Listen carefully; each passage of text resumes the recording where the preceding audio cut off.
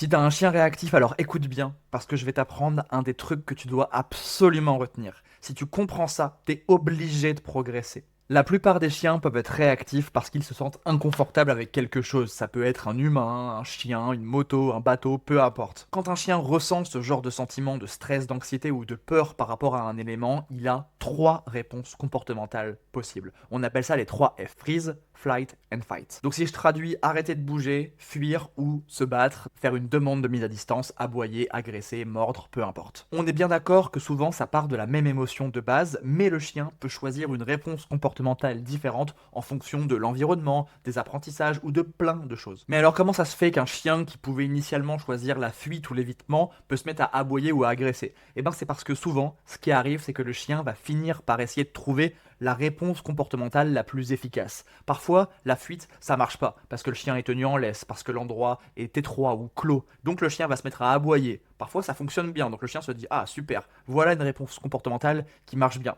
Et parfois, si l'aboiement ne suffit plus, c'est là où le chien peut se mettre à mordre, et en général, c'est très efficace, donc le chien va rester sur cette méthode, sur cette réponse comportementale. Maintenant que tu sais ça, tu dois absolument diviser ton travail en deux axes. Ce que j'appelle l'axe moyen-long terme, c'est-à-dire faire prendre confiance à ton chien au fur et à mesure de tes apprentissages, de ses expériences de vie. C'est un axe moyen-long terme parce que ça peut pas se faire comme ça. En gros, si je le dis autrement, c'est que ton chien ne soit plus réactif parce qu'il reprend progressivement confiance par rapport à ces éléments, parce que tu as fait une bonne désensibilisation ou peu importe. Mais moi, ce que je veux vous dire, c'est de vous concentrer également sur l'axe court terme, sur ce que vous pouvez faire tout de suite.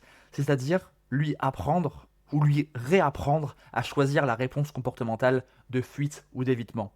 Ok, t'as le droit de ne pas être à l'aise face à ce chien ou face à cet humain qui te fait peur, mais je veux pas que t'ailles le défoncer, je veux pas que t'ailles lui hurler dessus, viens, on se casse, on s'en va. On appelle ça la porte de sortie. Appelez ça comme vous voulez, mais apprenez-lui, c'est un travail de collaboration, à choisir cette réponse comportementale.